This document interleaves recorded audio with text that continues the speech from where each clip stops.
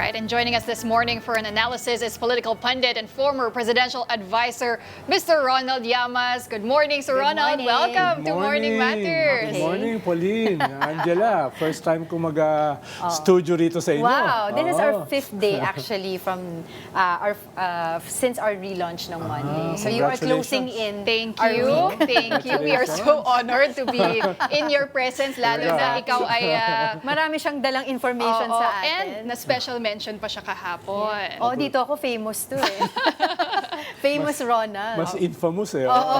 Absolutist. Oo. Pero Pero first of all, Sir Ronald, ano bang basa mo dito sa lahat ng nangyayari sa Senate?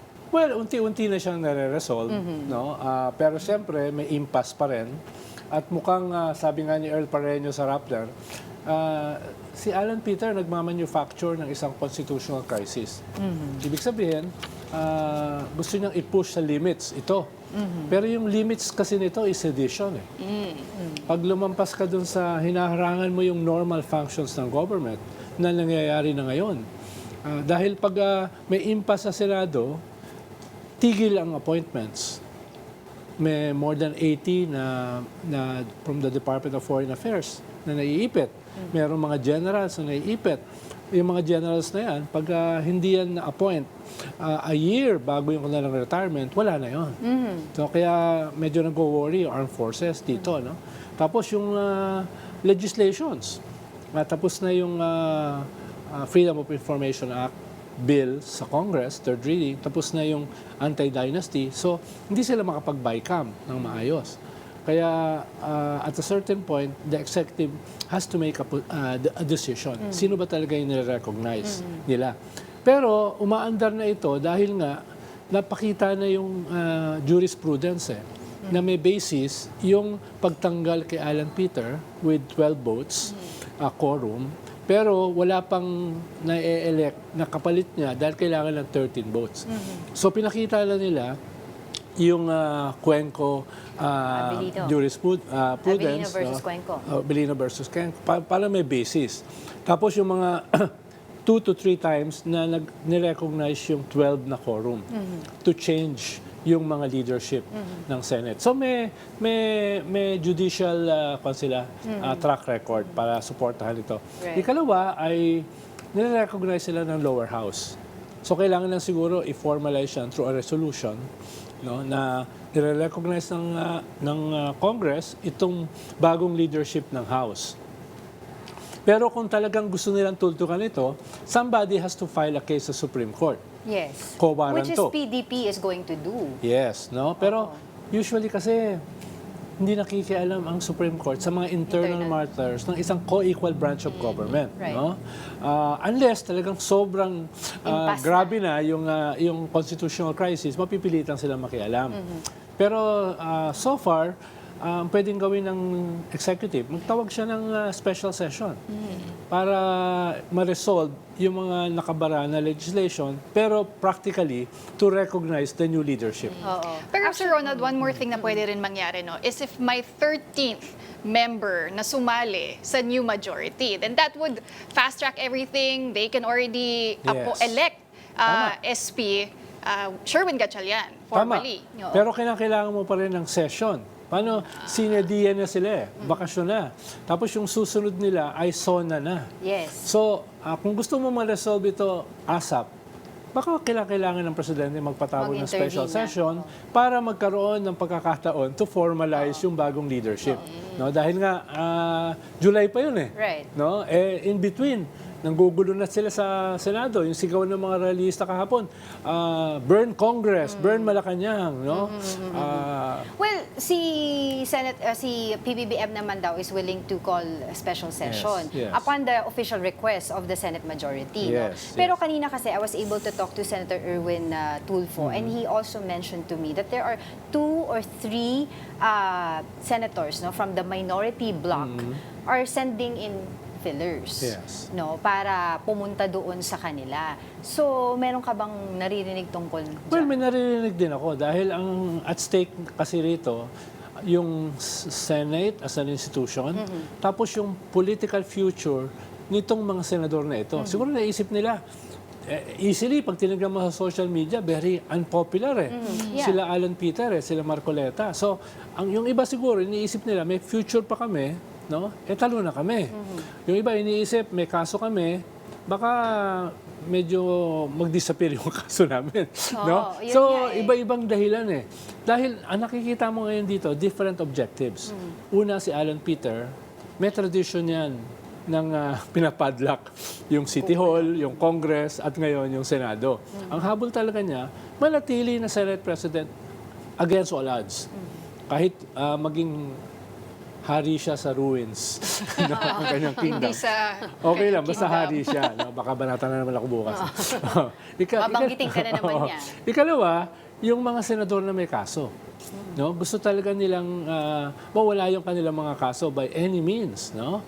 So, yun yung ikalawang Hindi ba grupo. pangit yun sa sa imahe ng I don't know whose side it is, na kung mawala ang kaso nung alam natin supposedly may kaso, 'di ba? Parang Yes. even the people will question this. Yes, hindi Is there talaga really an agreement? Hindi talaga maganda yung optics. Pero halos kalahati ng mga senador kasi may kaso. Yeah. No?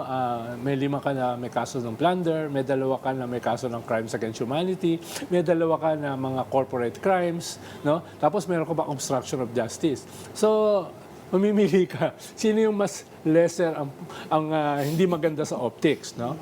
Pero lahat yan pwedeng kwan yan eh, no? Sabihin nila, katulad ni Cheese, tumutulong ako sa institusyon. No? Tapos, wala namang lalabas dyan na minasahe yung kanyang kaso eh. The case remains. Yeah. Di ba? Kaya, pero in the real world, these things happen. Mahirap na maging naive din kasi, di ba, Sir Ron? Pero what do you think is the prevailing sentiment right now dun sa Cayetano block? Ano yung niisip na ngayon ng kanyang mga allies and yung mga ibang senators? Does Senator Cayetano still enjoy the support of his supposed allies? Yes, dahil marami kasi doon may kaso eh. Di ba? Ikalawa, merong core group doon na talagang DDS o Pro-Sara. No? So, tapos andun pa yung kapatid niya. So, meron naman ganun. Pero magtataka ka, bakit 4 na kakampi niya wala kahapon? Di Yeah. ba? O isa-isahin natin yung 4 na yun. Sino yung wala? Well, wala yung Lahab. 2 bilyar, wala si Bongo, wala si Joel. Joel Villanueva. No? Dapat nandun sila lahat para magpakita ng unity eh. Dahil nga may ganong klaseng crisis eh. Pero bakit wala yung 4? Hindi ko sinasabi na bumigay Sila na sila. yun, oo. Pero medyo revealing na wala sila ron. Oo. Pero how will this affect the upcoming impeachment trial of Vice President Sara Duterte? Very much, no? Very much. Dahil nga nagsosolidify yung dating majority, no? Ang kailangan mo 16, no? Diyan. Kahit makulong yung 5, 16 pa rin yung kailangan mo. So, pero minimum kasi ang habol nila diyan yung majority para lumabas yung ebidensya. Paano pagbobotohan yan eh? By simple majority. Halimbawa, bubuksan yung bank accounts. Kung wala kang majority, hindi mo bubuksan yan. Right. So, sa ngayon, ang labanan, first stage is to get the majority. The simple Yung second majority. stage, to get the 2/3. No? Wala akong alam dyan eh, sa impeachment eh, no? Kaya hindi ko alam kung paano nila gagawin yan, no? Kanyan eh, una, popular pressure. Kalawa, evidence. Pero wala naman tumitingin sa evidence eh. As ikatlo, yung carrot and stick. Political calculation, no? Kasi, di ba, at the end of the day, yun na nga, di ba, parang it's still about political survival nitong mga political animals na ito. Pero, Sir Ronald, going back naman dun sa Blue Ribbon hearing, ano ba tawag doon? Press con? So, di ba sabi ni Senator Raffy, parang press con daw yun, o podcast ba, ng Cayetano block. What did you make of the allegations made by the 18 ex-Marines? But naghahanap ako ng something new. Ito na kasi yung sinabi nila dati na with all the contradictions, no? Ayun lang, nadagdag si Erwin Tulfo at saka si Father Flaby. Magsaysay award yun. Yes, So yes. nadagdag sila ron, no? Halimbawa, ako, kilala ko si Father Flaby. Napakaliit na cubicle lang tinutuloy niya. No? So, medyo improbable na tumanggap siya ng maleta. Inalaska ko na lang siya. Sana all. No? Tapos Erwin Tulfo, magsasampay yata ng cyber libel. Yes. No? Katulad ni Trillanes. No? Pero, alimbawa, nakakatawa ron, may tense moment. Dahil nandun si Lauren Legarda, kasama siya sa test affidavit na binigyan ng Marines. maleta. No? Kaya medyo tense yung moment na yon. Tapos yung medyo weird na binigyan si Senator Soto, hindi pa naman siya senador noon. No? Last May lang siya naging senador. So, yung ganun ba, na mga contradiction, it weakens the testimony. No? Tapos, parang akala ko may lalabas na bagong testigo, o si Gutesa, o kaya yung dati, si Saldico. Parang may ganong klaseng indication na mag-zoom ulit si Saldico. So, parang medyo kapos yung nangyari. Kaya, tapos dahil hindi siya recognize nung bagong majority, edi presko lang dating niya. Oo. Kumbaga, it's not recorded, no? It's not Yes, in wala the sa Senate, records yun. official records. Tapos binanatan pa kayo, mga bayaran daw kayo. Oo nga eh. Kumbaga parang, don't you think yung with what Marcoleta has said yesterday, it also divided the attention of what was to be the focus is yung hearing, di ba? Yes, So parang yes. nagkaroon ng division na konti na lang dun sa hearing ang nakinig, more on battle of Marcoleta versus the media. Yes, yes. Natawa nga ako dahil yung dahilan niya, sa pagsabi na bayaran kayo, dahil nung nagsalita siya sa isang rally last year, wala daw lumabas. 45 Na pangalan niya, Oo, oo. kakatawa Yan dahilan. Para sabihin na bayaran kayo. No? Oo. Natawa ako ron. No?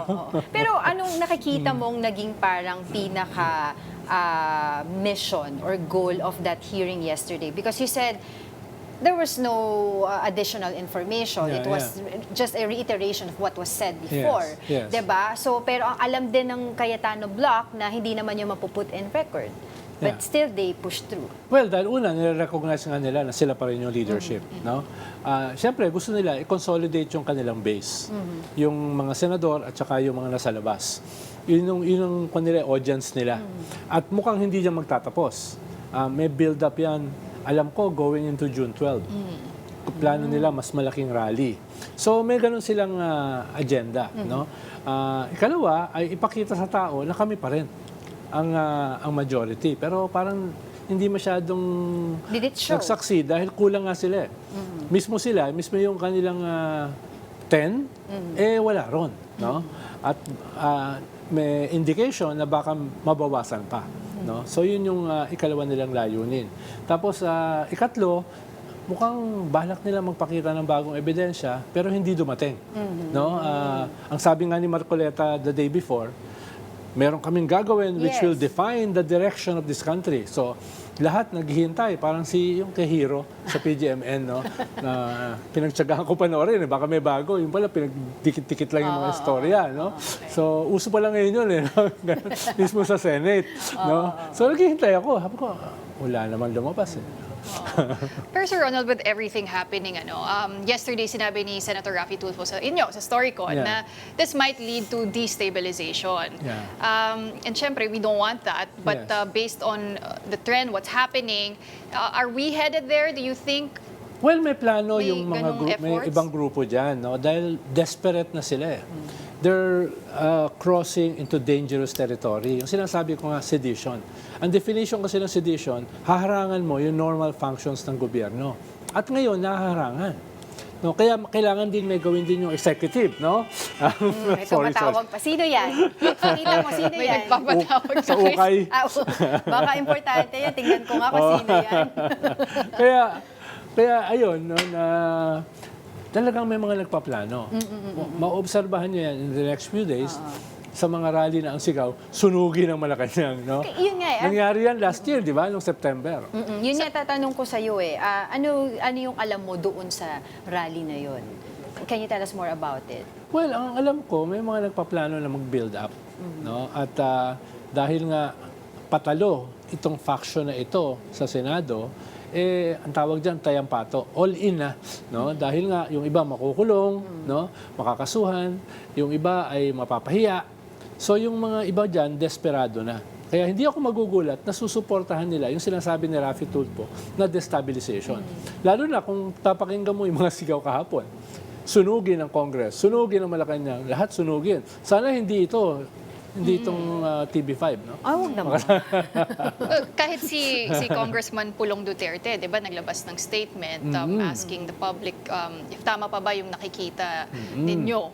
So yung mga ganung klaseng pronouncement, statement, Tingin ko mag-scale up yan, yung mga calls na yan.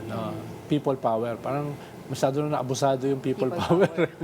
At ang objective ng people power ay isang uprising. No? Pero panahon yan yung tatay, nung Marcos, diktatura yun eh. Ngayon gagamitin dito for a different reason. Kaya hindi ako magugulat na tama yung sinasabi ni Raffy Tulfo na may destabilization plots. Paano? May namamanufacture na crisis eh. Constitutional crisis. No? Kaya dapat mabilis din yung executive para man-nip in the bud itong nag-unfold na o minamanufacture na crisis. Paano dapat wala namang crisis dahil may president eh. Yung Yung Abilino Abilino versus Cuenco. No? Tapos may mga, hindi lang yun, may mga nangyari na nire-recognize yung 12 as a legitimate quorum. No? Nandun pa nga si Pia. Yeah, In yung one kay of those. kay Senator Franklin Drilon noong May 2015. Yes, pero siyempre hindi yan i-recognize nitong faction na ito. Kaya nga sinasabi na manufacturing a constitutional crisis, which is going into dangerous territory na seditious. Oo. But don't you think this would really set a dangerous precedent?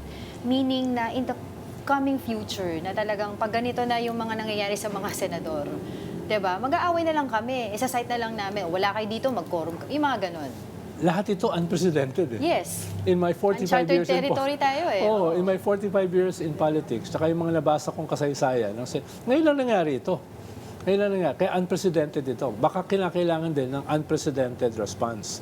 No? Dahil meron kang unprecedented corruption crisis, scandal. Meron kang unprecedented impunity. Kaya nga, the first Asian to be filed ng kaso sa ICC. Tayo yun eh. Tayo Kaya yun. proud tayo eh. Tapos di ba tayo nakasama sa UN Tapos, share? meron kang economic crisis, no? Almost 8% na yung inflation dahil sa Iran war, no? So tapos may ganito pa, may invasion ka pa sa teritoryo mo ng China. So unprecedented yung ating sitwasyon. So kinakailangan mo ng decisiveness do sa leader, no? Para ma-mitigate itong mga nag-unfold na crisis ito, lalo na itong sa Senate. Dahil sabi mo nga ay kausap ko yung mga ambassadors this past few days eh. At itong susunod na mga araw, nagwo-worry sila. Anong nire-report nila sa bansa nila, sa mga investors? Anong sasabihin nila? Ang gulo-gulo. No? kahit si Vietnamese President Lam, 'di ba, hindi Didn't na natuloy yung kanyang meeting sana with the then Senate President Alan Nakakahiya Peter yun. Cayetano. Pero No, may mga ganun, no? Itong mga ambassadors, of course, hindi mo sila maririnig in public, pero in private, nagwo-worry They really sila. No? What's happening? No? yung may implication din kasi talaga yung instability na nangyayari dito. No? But Sir Ronald, kanina sabi mo ang Malacanang dapat decisive yan, it should act quickly, swiftly. And sinabi naman ni Yuse Claire Castro, di ba, na Malacanang is inclined to call a special session, pero dapat may valid ground din. Ano yung nakikita niyong posibleng valid ground para talagang ma-justify na magkaroon ng session ang Kongreso, special session? Pwede nilang gamitin excuse, legislation, priority bills, no? Lalo na bumabara rito. Pero yung mas malalim na dahilan is to resolve this crisis. Yes. Pero yun lang, parang may mga dahilan kasi for a special session. No? Usually ginagamit dyan, legislation. So, yun ang gamitin nila. Kasi no? baka i-contest din naman ng kabilang Ay, party. hindi na mako-contest yun. Unless pupunta sa Supreme Court na again, hindi makikialam ang Supreme Court sa mga co-equal branches. Traditionally. No? Traditionally. Lalo na kung usapang politikal. Oo. Unless may sobrang abuse of discretion, grave abuse of discretion, or constitutional crisis, baka mapilitan silang pumasok. Pero usually, baka pasukan din sila eh, yung Supreme Court. Kaya they respect each other. Yeah. Traditionally, Oo. Pero 'di ba, kumbaga, let's say, sige, sabi mo, Supreme Court cannot intervene because of the issue of judicial overreach. 'Di ba? So in lieu of Supreme Court, can the President intervene? Let's not talk about congressional session kasi yan yung term in front of people. Pero behind the camera, I mean, kasi what do you think of the President? How is he handling this? Diba? Is he too silent on this? Diba, parang kung ikaw yung yung leader, halika yung dalawa dito, maupo tayo. Yes. Let's do, diba? Kausapin natin, ayusin natin yung bansa. Parang walang ganun nangyayari. Well, they can and they should. Narinig ko a few days back, yung statement ng Presidente, galing siya ng Japan, na sabi niya, ngayon lang ako nakakita ito. Grabe ito, di ba? Kailangan Watching in horror. Oo. So, one of the few times na nagpakita siya ng horror sa nangyayari, paano hindi naman siya ganun ka-emotional no? Unlike us. No? So, nagpakita naman siya. Pero, ayun din, calibrated din Calibrated din dahil nga co-equal branches ito. Pero tama ka na Angela na kinakailangan niyang mabilis. Ito nga yung mabilis yung the special session. No? At short of filing yung co-warranto, usually yung Solicitor General mag-file ng co-warranto para ma-resolve yan No, sino ba talaga ang legitimate, ano ba talaga ang tunay na quorum, etc. etc. Pero matagal pa yan. At usually hindi nga nag-i-intervene tradition. So political yung response ng presidente, which is a special session. Under the cover ng legislation. No? Plus yung special session na yun needs to... Tinuturuan na natin sila. Oo nga Plus yung special session na needs to be coming from the majority. Di ba? Requesting an official special session. Madali naman yun yung request na yun. Pero dapat dyan mabilis. Dahil nga nagde-deteriorate yung sitwasyon. Minamanufacture yung constitutional crisis At lahat ng mga puwersa na nakita natin last year na gustong pabagsakin yung gobyerno, nagsisimula ulit mag-converge. Kung maalala mo, last September at last November. Ang tingin ko lang, the chain of command ng armed forces will hold. No? Hindi sila magpa-participate dyan. No? Pero, at the very least, magkakagulo pa rin. No? Katulad last year. At tatamaan yung ekonomiya, hindi na nga maganda yung ekonomiya mo because of the Iran war, tapos tatamaan pa nitong crisis na ito. Local politics. Manufactured crisis. Alright, thank you so much for your time. Marami kaming nakuha from you. That was our political pundit. Ano pa ba yung mga title mo? And former Heckler na lang. presidential advisor and heckler and the famous Ronald Llamas. The infamous Salamat. Ronald Llamas.